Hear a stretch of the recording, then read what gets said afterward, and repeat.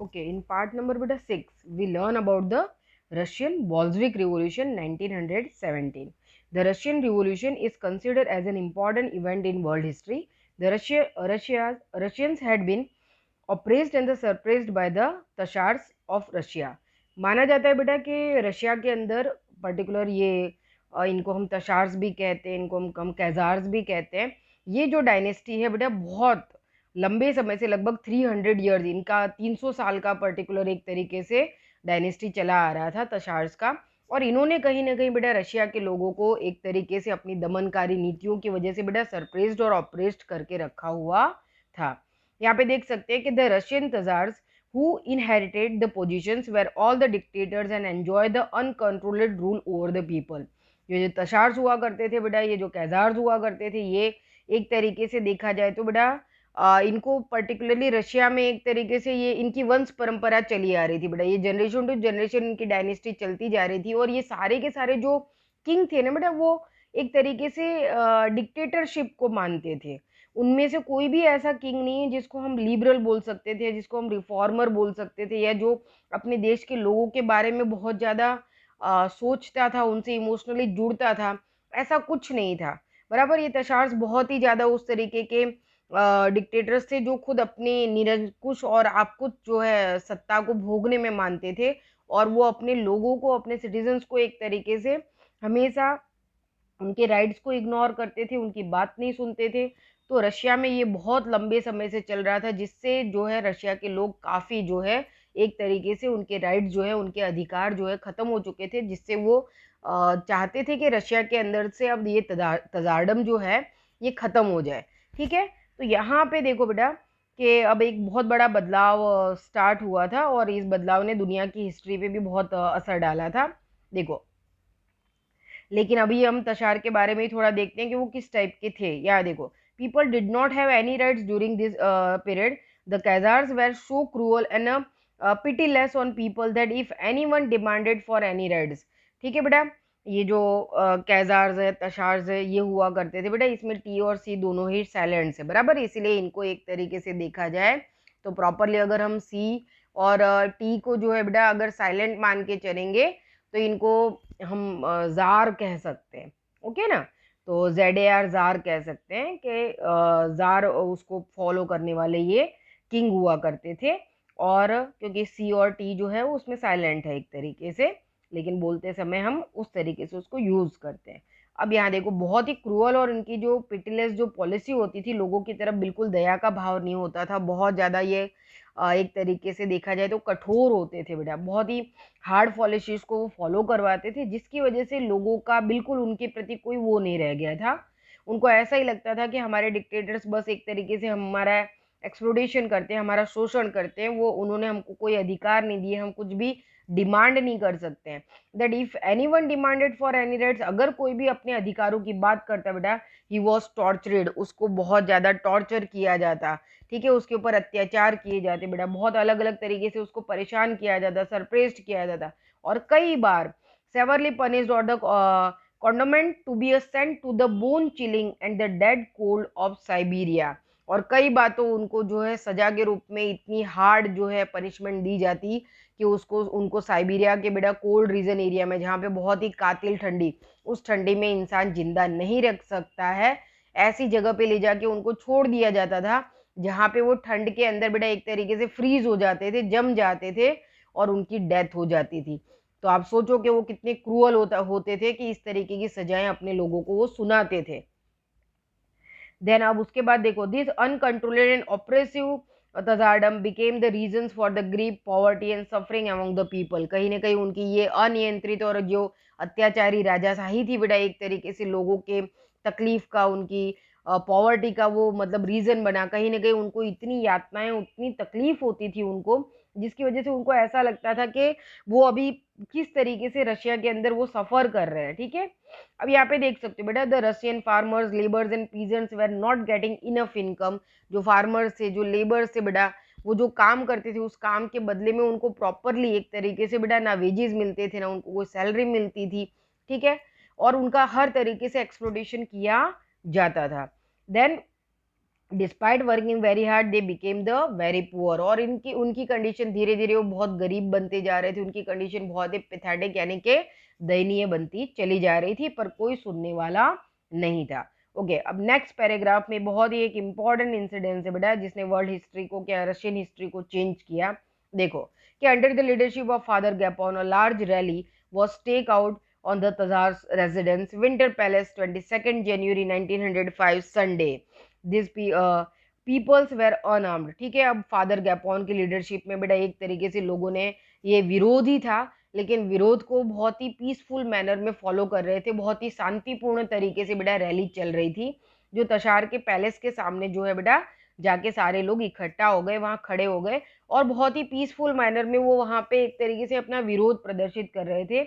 उनके हाथों में बैनर्स थे, बैनर्स पे उन्होंने कुछ न कुछ तशाश के लिए लिखा हुआ था, अपने जार जो है किंगडम के लिए लिखा हुआ था। क्या लिखा था देखो, दिस पीपल वेर अनआर्म्ड, उनके पास कोई हथियार नहीं लेके, while some had the czar's pictures in hand, innocent people with captions, कुछ लोगों के हाथ में एक तरीके से बैनर से बेटा उनमें कुछ लिखा हुआ था। उन्होंने लिखा था कि long live the little white Lord of Russia, उन्होंने कहा था कि हमारे रशिया के गोरे छोटे भगवान आप बहुत लंबा जियो। ठीक है, अब यहाँ पे छोटे भगवान, उन्होंने लिटिल गॉड क्यों कहा है बेटा उनको, कि भाई वो डिक्टेटर तो थे ही, उनके लिए भगवान तो थे ही, लेकिन भगवान कैसा है बेटा, ये जो अपने लोगों के लिए नहीं सोच रहा है, इसीलिए उन्होंने लिटिल लॉर्ड का वर्ड यहाँ पे यूज किया है। The tsars army opened fire on this innocent people, लेकिन यहाँ पे इतनी पीसफुल रैली होने के बावजूद भी जो है जार्स के कहने पे जो है वहाँ पे जो सोल्जर्स थे उन्होंने अनआर्म्ड लोगों के ऊपर बेटा एक तरीके से कोई भी वार्निंग दिए बिना बेटा उन्होंने फायरिंग करना स्टार्ट कर दिया, because of which thousands of innocent people died and the snow in Pittsburgh where the Tsar's palace was situated turned red with blood, कहीं ना कहीं जो है हजारों लोग इसमें मारे गए बेटा, जो पिट्सबर्ग के अंदर उस समय बहुत बर्फ की बारिश हो रही थी, और जार के पैलेस के सामने पूरी की पूरी जो मैदान थे, जो गार्डन थे बेटा, वो बर्फ से ढके हुए थे। तो वो पूरे के पूरे जो प्लेन एरिया है बेटा जहाँ पे लोग खड़े थे, वो कहीं ना कहीं इतने सारे लोगों के मरने की वजह से उनके ऊपर अंधाधुंध गोलियां चल रही थी। पूरा का पूरा जो एक तरीके से देखा जाए तो वो वाइट जो है पर्टिकुलरली लैंड जो है बेटा वो एक तरीके से खून से रेड कलर में कन्वर्ट हो गई, टर्नेड रेड विथ ब्लड।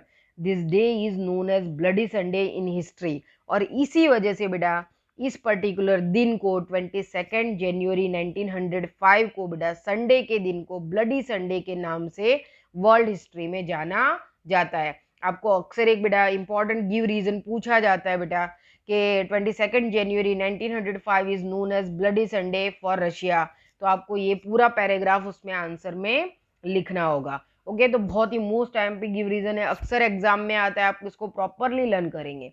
अब इसके बाद देखो नीचे लास्ट की 3 लाइन्स में क्या लिखा हुआ है बेटा कि this day is known as bloody Sunday तक हमने क्लियर किया। Around this time a large number of Russia got provoked and became the restless and the weakness of the Tazardom had become the obvious when a small nations like Japan and defeated a massive nations like Russia in the Russia-Japan war.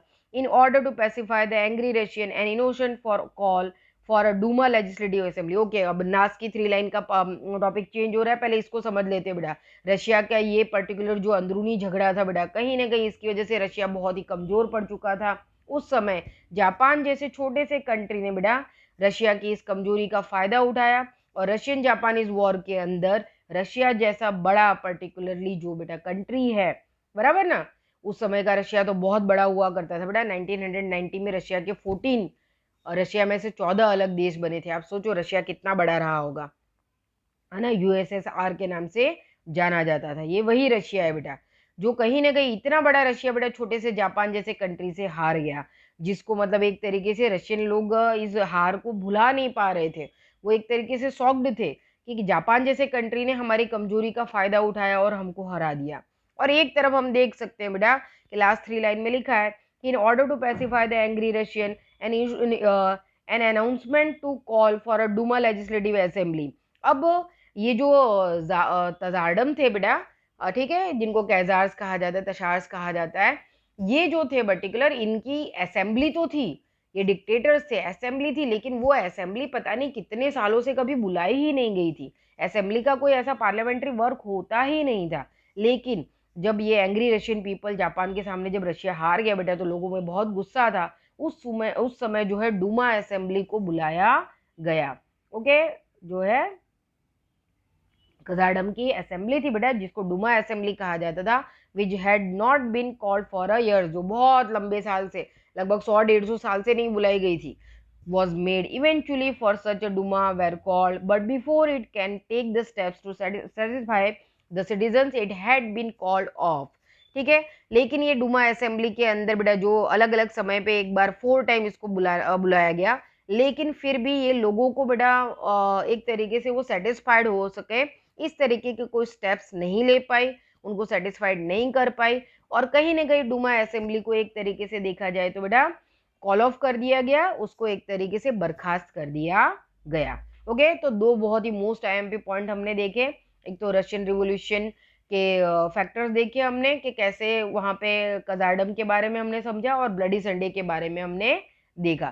तो ये सारे paragraphs बहुत most IMP है बेटा, इसमें से बहुत सारे क्वेश्चंस आते हैं, इनको प्रॉपरली लर्न करना है। ओके, अब जो नेक्स्ट पर्टिकुलर पार्ट है उसमें हम देखते हैं बेटा थर्ड पैराग्राफ के अंदर क्या लिखा हुआ है। देखो कि on the 8th March 1970 the oppressed workers of the Petrograd called for a strike, the tsars send this troops to contain this event but the army refuse to shoot the people. एक तरीके से देखा जाए तो बेटा 8 मार्च 1970 को पेट्रोगोड के अंदर बेटा जो लेबर्स थे वो स्ट्राइक पर चले गए, और इस पर्टिकुलर स्ट्राइक को एक तरीके से सरप्राइज करने के लिए बेटा तशार ने जो है अपने सोल्जर्स को भेजा और उनको शूट आउट करने के लिए कहा। लेकिन यहाँ पे सोल्जर्स ने इन इनोसेंट लेबर्स के ऊपर, अनआर्म्ड पीपल के ऊपर शूट आउट करने से मना कर दिया, और कहीं ना कहीं यहाँ पे आप देख सकते हो कि पूरी की पूरी हिस्ट्री चेंज हो रही है।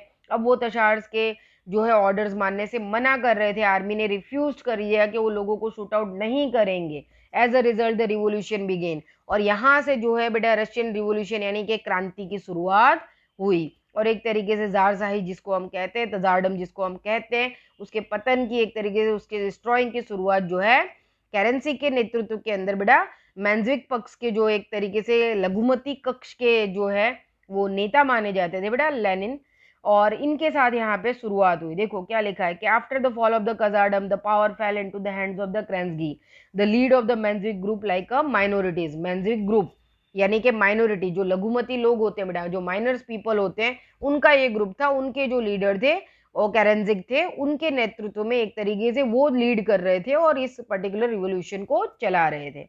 लेकिन यहाँ पे थोड़ा सा और भी इसमें एक कैच है, वो हम देख सकते हैं कि